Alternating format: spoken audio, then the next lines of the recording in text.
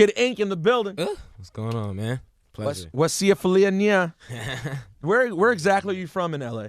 I'm from Mid-City, Los Angeles, and West LA, Los Angeles primarily. But in LA, growing up, single-parent home, you move around a lot. And I was all around the city, but never anywhere outside of LA and never really East LA. Really? So you have a very specific LA experience. Yeah. Mid-City is like, it's a city in between Hollywood and like in between South Central and the hood. So it's like a middle ground of, And is it middle class too?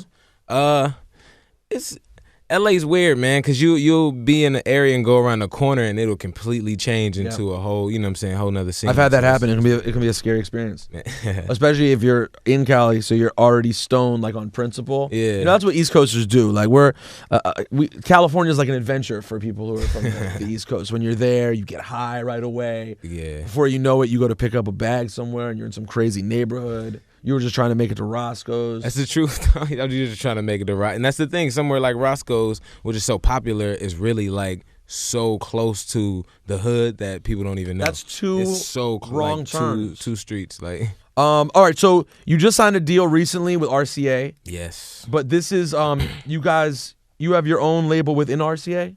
Alumni is your ish, right? It's the movement the independent movement that we pushed before RCA and the deal, and it's really strong, and that's what I felt like helped us get this good deal. So, what do you think helped make you a double XL freshman? Because for a lot of slowpoke East Coasters like myself, that was the first time I really got familiar with you, was when I saw you on that list. And A, what do you think you did to get there? And B, were there any other artists that you know of that got left off that you kind of like almost felt bad, like, damn, how did I get on and so did not get on? Yeah, for me, I don't want to put it on one thing, but I definitely feel like when I came out to the East Coast and did that Highline Ballroom show, that it opened a lot of eyes in different markets that I wasn't hitting just with the single. So it was definitely, that helped a lot. And as far as just artists that I felt like should have made it, one that I always stress is Schoolboy Q. I felt like it's so easy, and every time I bring it up, it's like a no-brainer. Everyone goes, yeah. So I wasn't, alone on that one. Yeah, Q wasn't on there?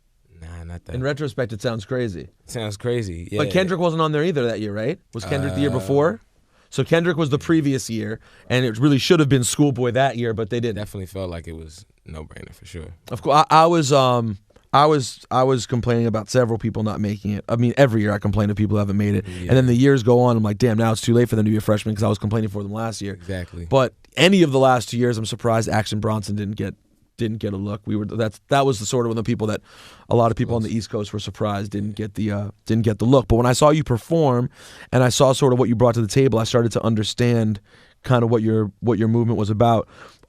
Musically, though, you seem like you're a little bit hard for me to pick up on musically, like in terms of influence, style. When you go look through a bunch of your videos, many of which have mad views, you can't necessarily gauge exactly what you're like. So I hate to do this, but let's suppose someone's listening right now. Yeah. They're driving around. They're trying to get Kid Ink. We're about to play your single, Badass, in a second. But if you were to try to give them a little elevator pitch on who Kid Ink is, what would that be?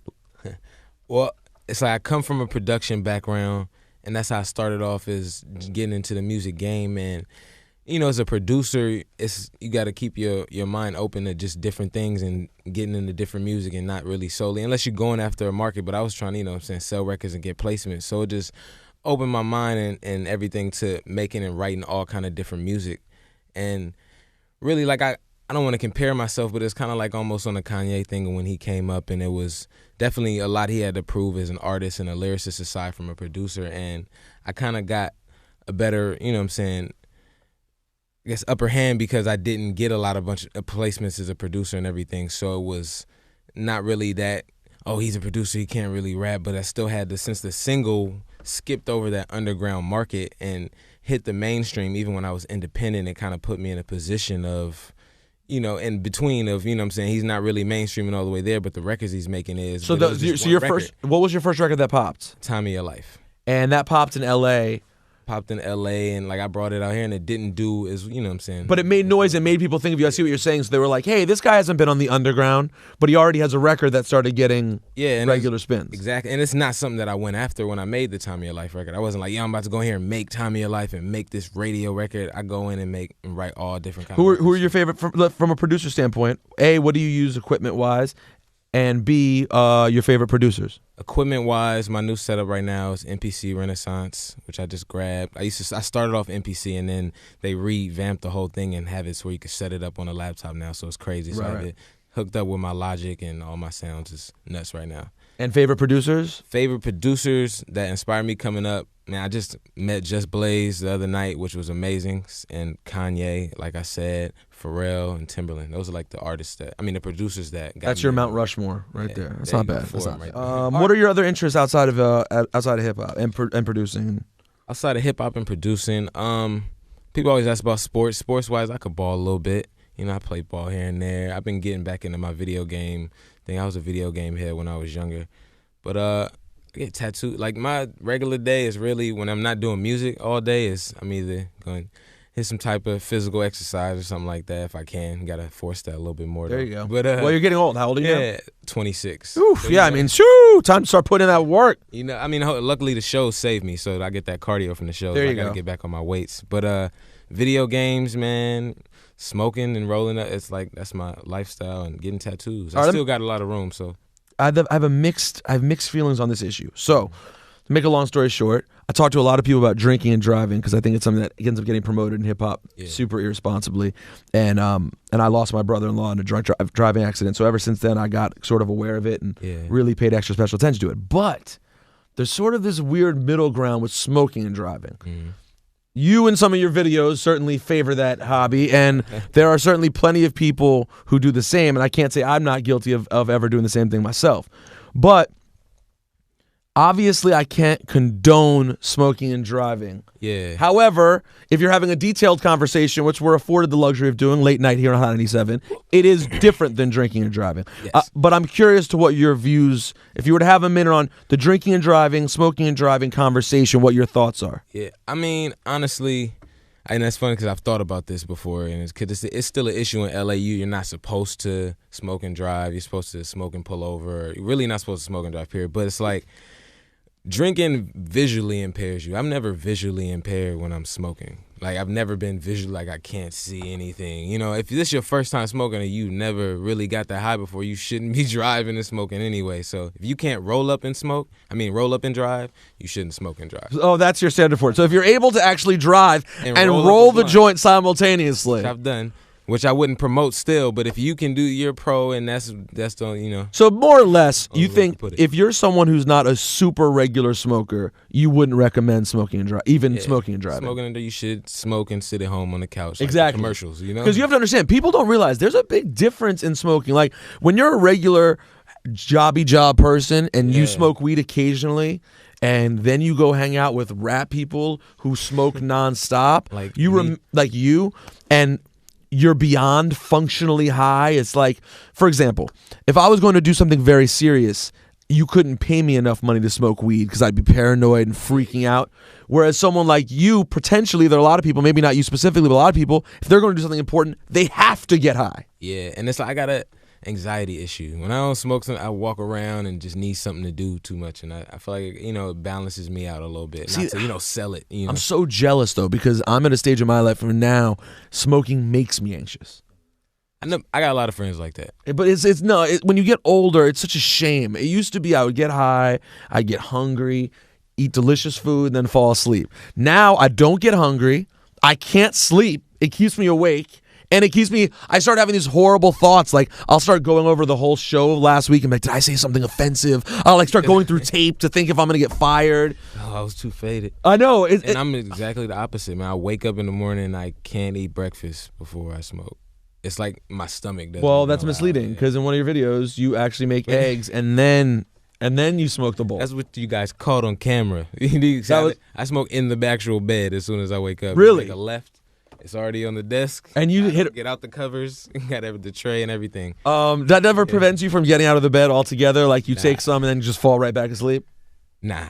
It motivates I don't know. you. Yeah, it's really like when I don't smoke sometimes I yawn a lot. I'll be on video sets. People, why are you yawning? I don't know. It just affects me differently. When did you first start smoking? When I was 15.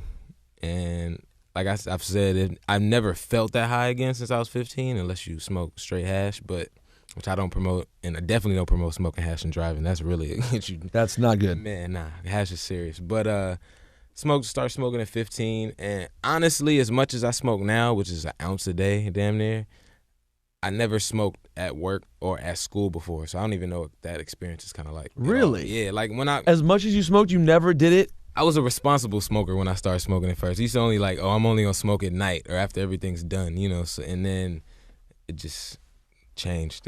But you still managed to keep it out of school or work, which is pretty impressive. Yeah, definitely. I would have it, with me, but as soon as I But you left. smoke to write now and you smoke to record? Not to write or record. It's just, At the same time? Yeah, it's all. I don't smoke to write. I've written verses and done records. Not, when I was waiting for the weed or didn't have it. Or So you're fine. It's not that your energy's worse. You could do a song and you won't be a dude who's sitting there being like, "Yo, we can't do the song till the weed comes." You can knock the song out. Yeah, we can knock this. Yeah, exactly. It's all because music is my first passion and love. So it's like all that other stuff is to the side anyway. All right. So when are we gonna get a full another Kid Ink album? You do have an album. Your indie album is on iTunes right now. Right now. What's that joint called? Up and Away. Up and Away is out there right now. Grab Up and Away and go grab the single Badass on iTunes. Right Okay, now. and then when are we thinking that you're gonna drop an album with your new big major home? Well, I've already started working. I feel like I have a nice handful of records that I'm confident with, and I don't want to do anything later than the summer. I'm not really one to sit on the fans and make them wait that long for records, and I'm in the studio every day writing and doing new records, so just never know where it goes. I could record, a crazy record tonight that'll explode, and that's the one, or the album could be done next week, it can be done next week, but if it waits to the summer, I'm definitely gonna drop a tape before that. I'm excited to get familiar with more of your music. I'm like, man, I live in this stupid East Coast bubble. They have me working here all the time. At one of these days, I'm gonna, bounce on the show for like 2 weeks. Yeah. Come out to the West Side. Man, come get through. super high. Hit Roscoe's. Hit Roscoe, but you have some sort of driver, a safe, sober driver. I don't want not you to drive. No. I saw you in the video, and you were fine, but like I still don't believe it. So I'm gonna have you get a driver of some variety. I got a driver. And then, what I'm saying? Hopefully when I come back, still have a job. You're living the life, though. Oh, by the way, how's the girl situation? Because these girls, they generally like the cool, laid-back, I'm just going to say it, the cool, laid-back, weed-smoking L.A. rapper. There's a history there of doing well with the ladies. Yeah. Do they embrace you? The ladies definitely embrace me, but I have a girl. So, but the ladies embrace my girl also. They show her love. Yeah, so it's never like, I never have any. How long have you been with your girl? Been with my girl for almost 4 years. Woo, you're in deep. Damn. In deep. Too late. Because I was gonna say if it was under a year, I would just say, well, snap that. That's a wrap. But you're in there. She was with you when you were nobody. So now you got to hold on tight. Exactly. Or actually, she's got to hold on tight like this. No, I appreciate you actually mentioning that because a lot of dudes, you can tell a lot about someone when you ask them that, whether they go and skirt the topic or if they say straight up, nah, I have a girl. Yeah, exactly. But you have a girl you love. I have a girl I love, and obviously you could tell from the way we're speaking and the confidence in it, we have an understanding and everything's good. Yeah. The understanding is when you go out, as long as you're high and out of state, you're allowed to smash. That's what you should try to. Nah, we were just a strip club. We go to strip club together. So you have a good time. Yeah, we have a good time. Everything's fun. Well, yeah, no, she has to step her game up now because you're out there killing it. So that thing's gonna get better and better. Trust. Yo, Kid Ink, good looking out, bro.